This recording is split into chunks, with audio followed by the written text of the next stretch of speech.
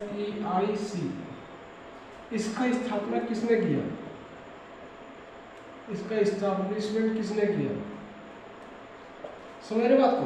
तो French east India company की स्थापना किसने की? कोलबर्ट। कोलबर्ट कौन थे? कोलबर्ट थे मिनिस्टर। कहाँ के मिनिस्टर थे? कहाँ के मंत्री थे? मंत्री थे यानी कि फ्रांस,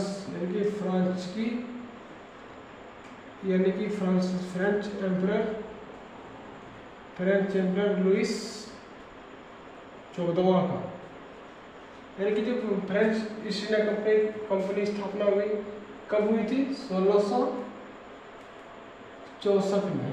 1664 में। स्थापना कौन किया था? कोलबर्ट, जो कि मिनिस्टर थे कहाँ के? फ्रेंच एम्परर लुइस 14वां के। अब इसके बाद आता है 1664 में फ्रेंच का पहला 1668 में फ्रेंच का जो पहला फैक्ट्री था, पहला फैक्ट्री कहाँ स्थापना किया गया था? सूरत में। कहाँ पर? सूरत में। किसके द्वारा किया था? फ्रांसिस मैक्रोन, फ्रैंको मैक्रोन क्या था इनका नाम क्या था?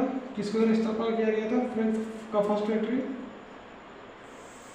फ्रैंकोइस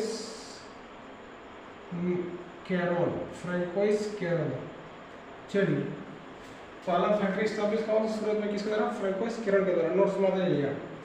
अब चलिए 1669 की बात करते हैं हम। 1669 यानी कि सेकेंड, ठीक है, सेकेंड फ्रेंच का सेकेंड फैक्ट्री का स्टैब्लिश हुआ था मसूलीपट्टनम में। पट्टनम, वो पटना नहीं, किसके द्वारा? मैकारा के द्वारा।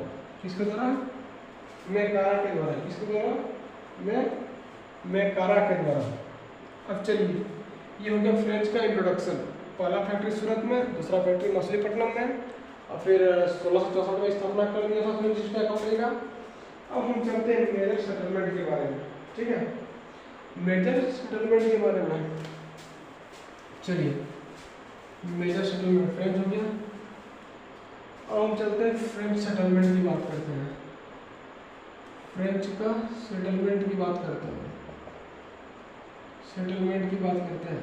सबसे पहले 1673 में